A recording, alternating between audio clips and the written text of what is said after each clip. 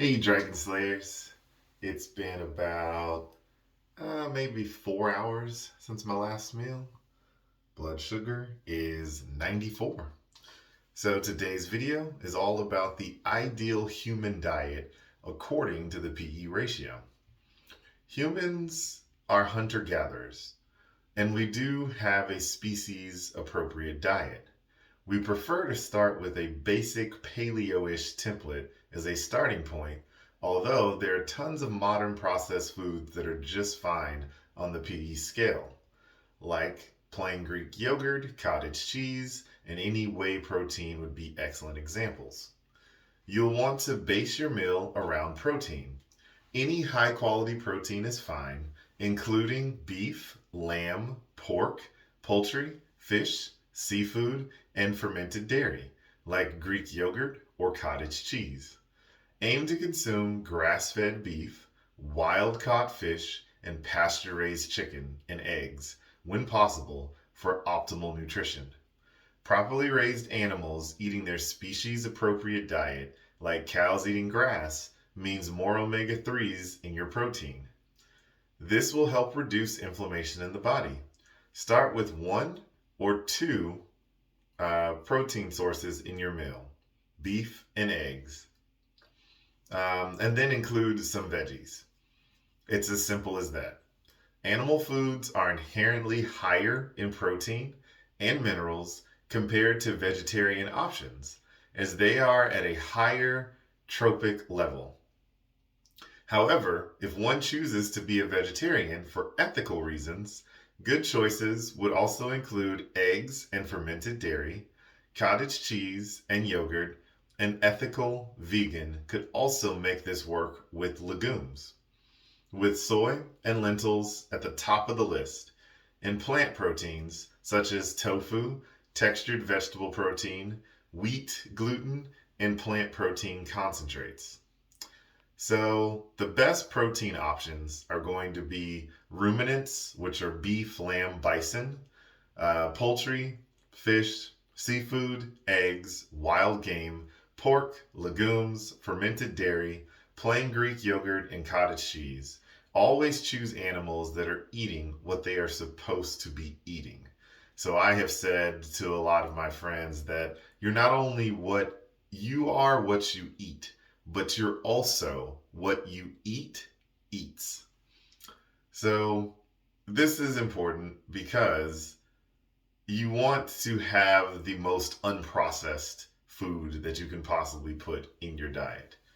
So opt for wild caught fish and seafood when possible, and always buy the highest quality that you can afford.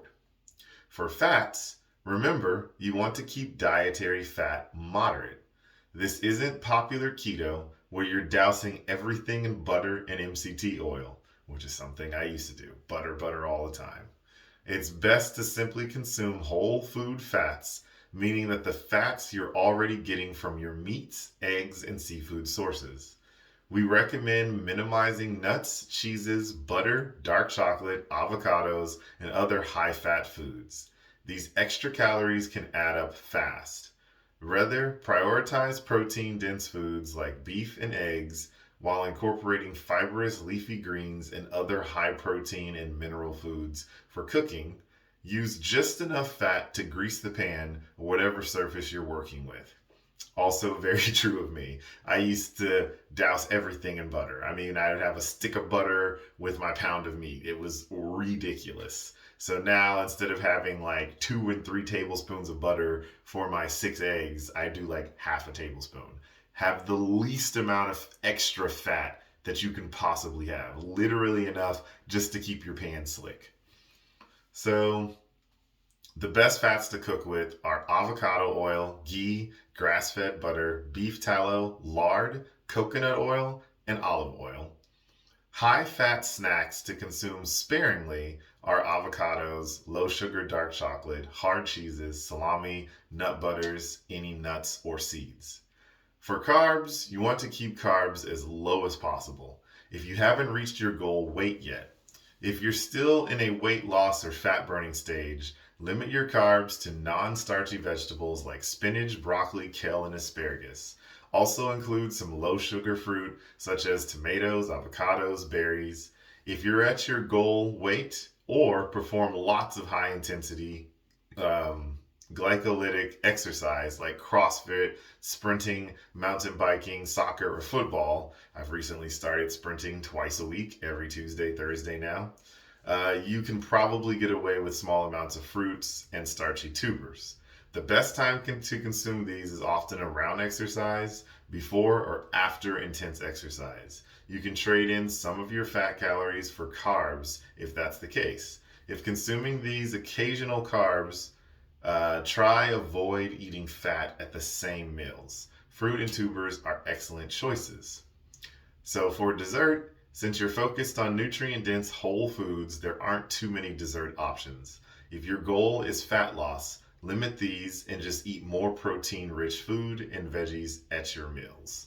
But some dessert options could basically be like dark chocolate, very small amounts, right? I eat like one or two little pieces of dark chocolate on occasion, a few berries. You really want to limit yourself as much as possible there.